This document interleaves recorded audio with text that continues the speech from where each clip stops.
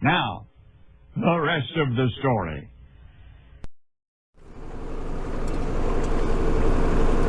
Welcome back to the rest of the story.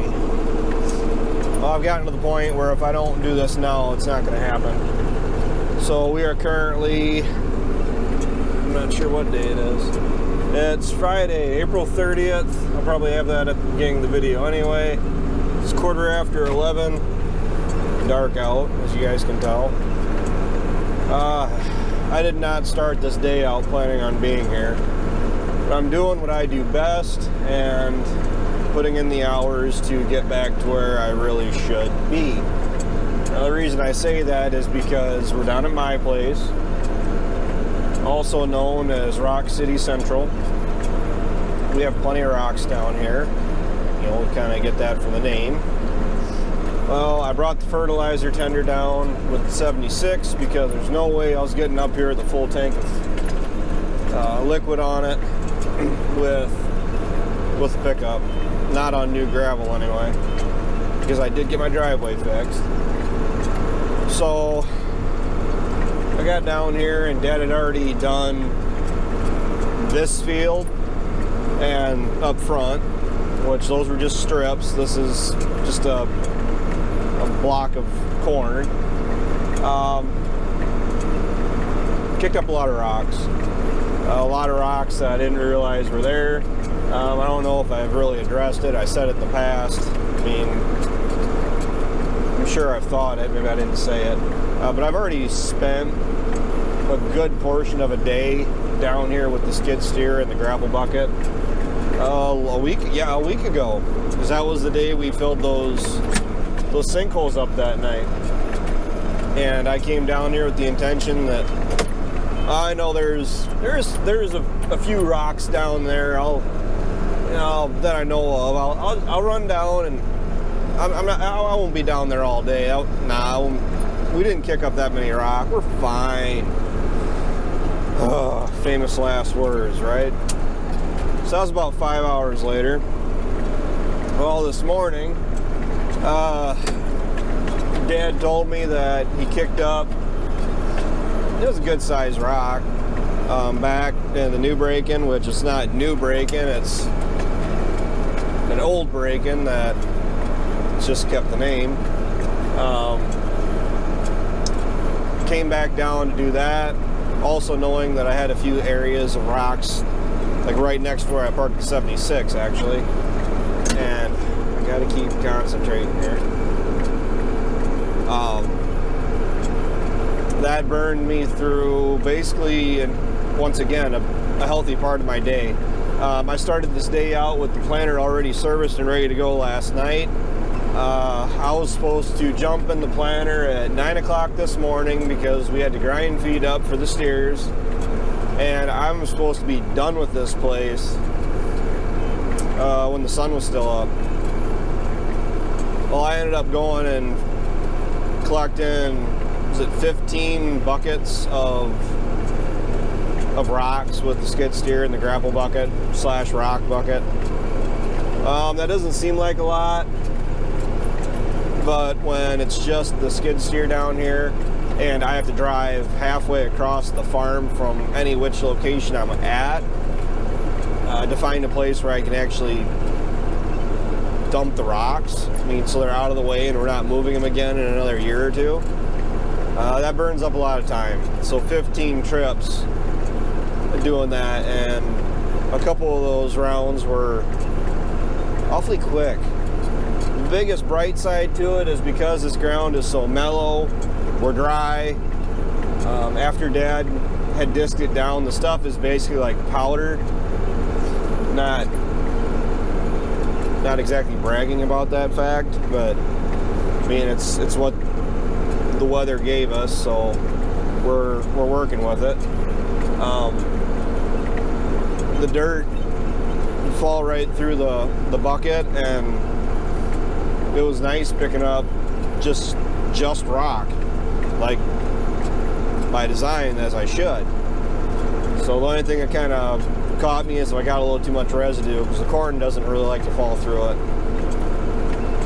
So we're dry, but to be honest with you, it's really not bothering me. Probably some of the best planting conditions we've had. I mean, the last 4 years were downright miserable, and I'm not going to sugarcoat it. That's how it was. It was wet springs, wet falls, or messed up falls even, you know, if you count the wind damage last year. You're always dealing with some form of wet dirt, mud, borderline mud. So being able to plant like this is nice. I got my seed depth gauge, which I always carry on me. Got it off our old agronomist. She gave it to me 4 or 5 years ago, well, back before Andrew was around. But I know I've done videos on this, but I know I don't have enough people that are going to go back and actually watch or go through my old videos. But it is numbered 1 through 6 inches, and then ideally we're going for 2 inches on corn, 1.5 inches on beans. I was concerned with the seed depth on the soybeans that I did end up dropping them down about another 1/4 inch. We need the rain. They're calling for rain Sunday. Today's Friday, soon about to roll over to Saturday. We aren't going to get all of our corn in before the rain. I'm okay with that. It's just that it definitely doesn't hurt, especially with the rain that they're calling for us to get. My biggest concern when we have powder dry dirt like we have, and it's not like we tried. This was chiseled in the fall. Dad had all this worked. He only hit it with the VT once, and the stuff just shattered. I mean, once again, I'm not complaining. And a one-pass design is great. It saves on fuel and wear and tear on everything and everyone. But if we get a hard pounding rain on this powdery stuff and then it decides to actually warm up, I'm slowing my headlands. You potentially make a crust, and that's my absolute worst fear right now, is getting all this seed in the ground and getting a crust on it, and emergence just goes to hell. I mean, just for an example how dry we really are, our new seeding that's been in the ground for going on 2 weeks still hasn't done anything. Granted, you got to remember it's only 1/4 inch into the ground, but it's just sitting there.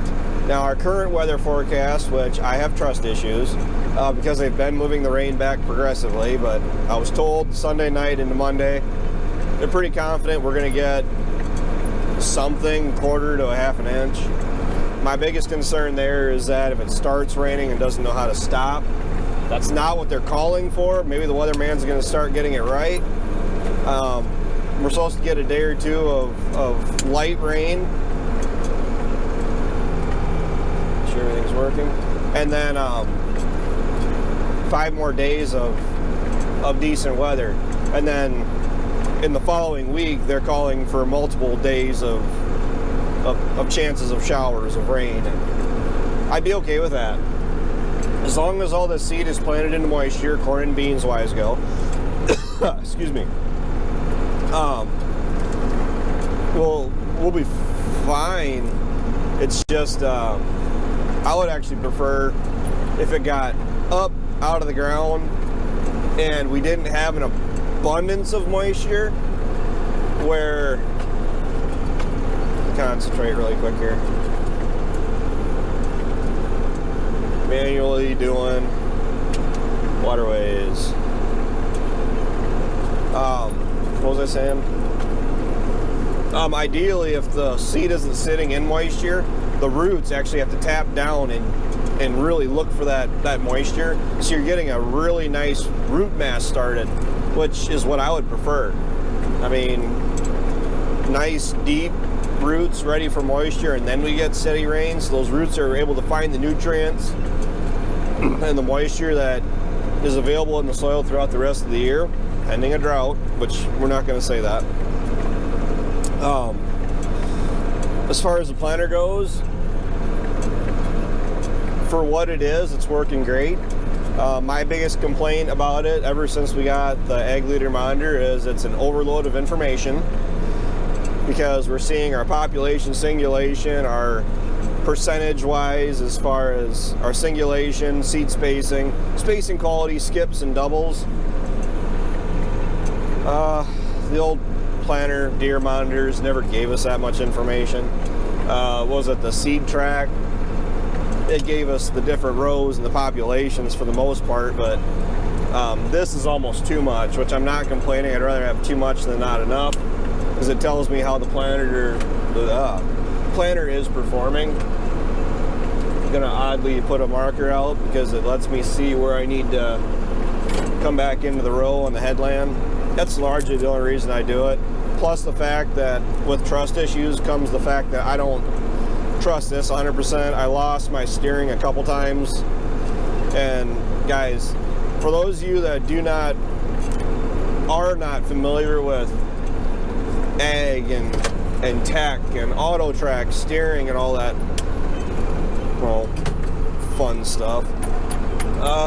If you are driving in a straight line, that you think you're driving in a straight line, let's say, and you lose your heading, I mean, the steering kicks out because it says that it read that the operator turned the steering wheel. That is 99% of my problems generally.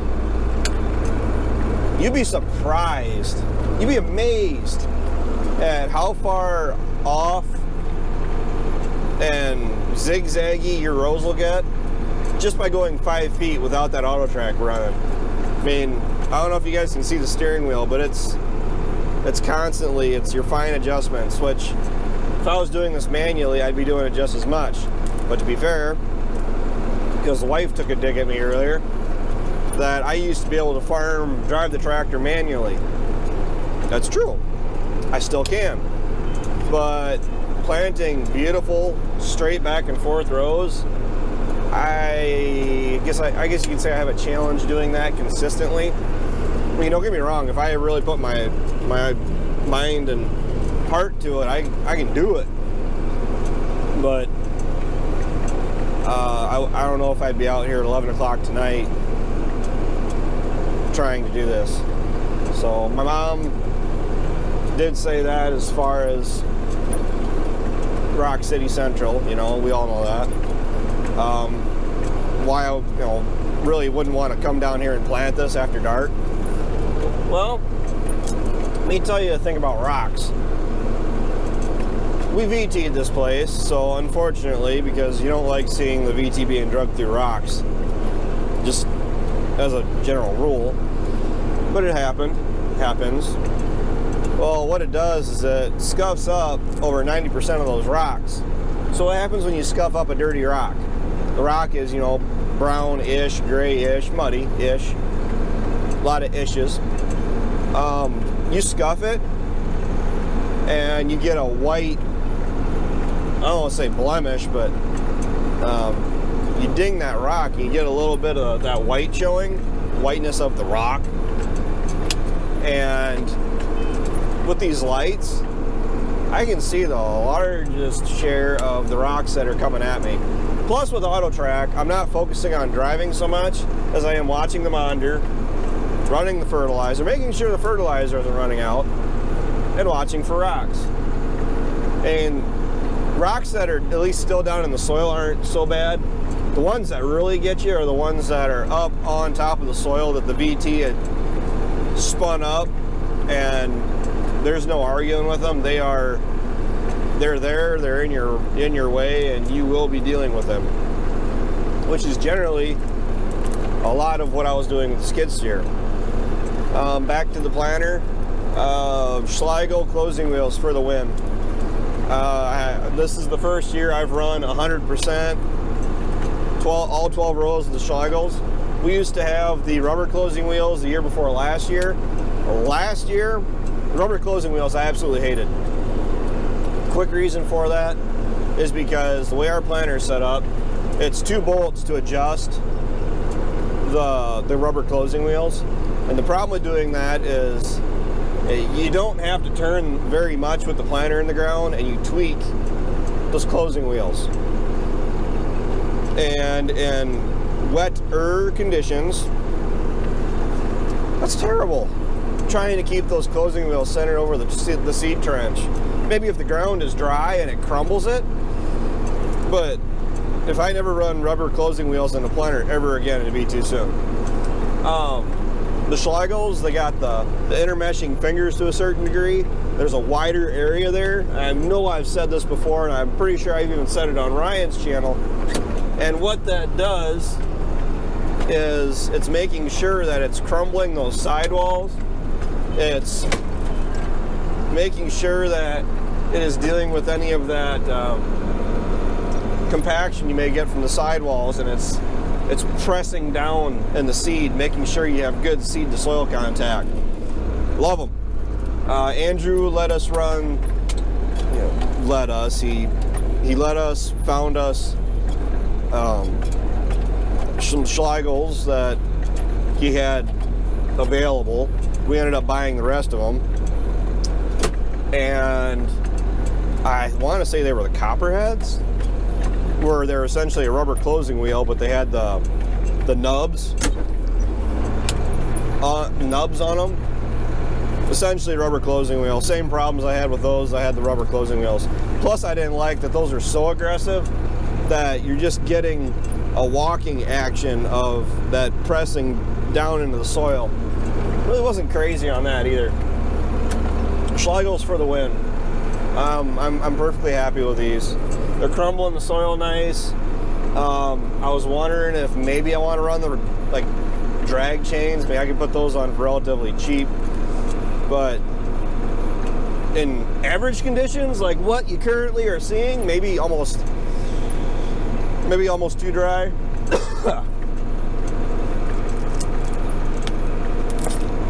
But I'm okay with it. Worked great. Absolutely works great. Now, how far we got until we're done planting? To put a number on it, I don't know how far I'm going to get tonight, if I'm even going to finish this tonight. I'm 16 acres in on a 40-acre field, and I'm currently doing the long passes. And the reason I'm doing that is because I just got done filling my fertilizer tank, and I filled it too full because it likes to spew fertilizer out the top, and that's just wasteful, seeing fertilizer flying out the top. So I get it run down. I can go on the other hillside, finish that one up, because that other hillside's halfway done, maybe closer to 2/3 the way done, and I don't know, we're gonna see. Once I get done here, then I gotta head west, and we got 4 farms I gotta get on yet, so there's no way that I'm gonna get done before rain on Sunday. Plus, I have things that are slowing me up, and I'm starting to feel a little bit better, but I don't know if it was my limes bothering me or what, but I'm not feeling as sick as I was a day or two ago, but I definitely feel it in my muscles, my hands, my fingers, my muscles just ache. So, oh well. Body's got to come second at this point, because I really want to see the crop in the ground. I'm looking forward to a lot of things this year. Spending time with my kid. I mean, she's an absolute blast. Seeing these seeds up and out of the ground. I mean, it's a lot of fun planting. Don't get me wrong, I enjoy planting, but it's kind of hard to enjoy it here lately when I've been feeling the way I am, because when you're feeling under the weather, you guys imagine, everyone's going to agree with me, it's kind of hard to enjoy something that you love if your body's telling you need to sit down or lay down or go take a nap or something. But I can do that once we're done planting. Here's the problem: once we get done planting, I'm I'm going to fill that seed drill up, and I have to go down and seed that 35 acres of field ground down at the valley, because I'm looking forward to making hay this year.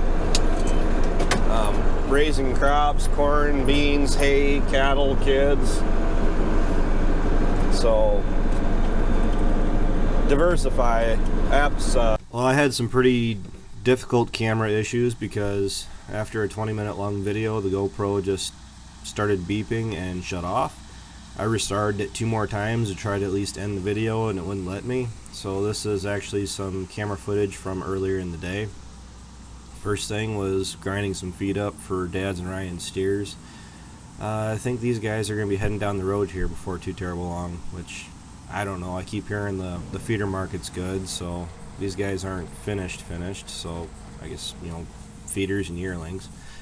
This guy here, he was pretty inquisitive. He's checking out the tractor more than anything, but that's probably the biggest one, my biggest steer of my brother's right there. So they're pretty mellow. Dad's, they don't really like people. Mine aren't too bad. I know I said that I wasn't going to be selling my heifers, but I'm pretty well set that I'm going to be selling a portion of them, including my calf Myrna. I'm just going to talk it up to a management decision. I mean, I've been going back and forth on it for a while, but I think it's just one of those things. So stay tuned for future videos, assuming I film it, to find out. And now you know the rest of the story.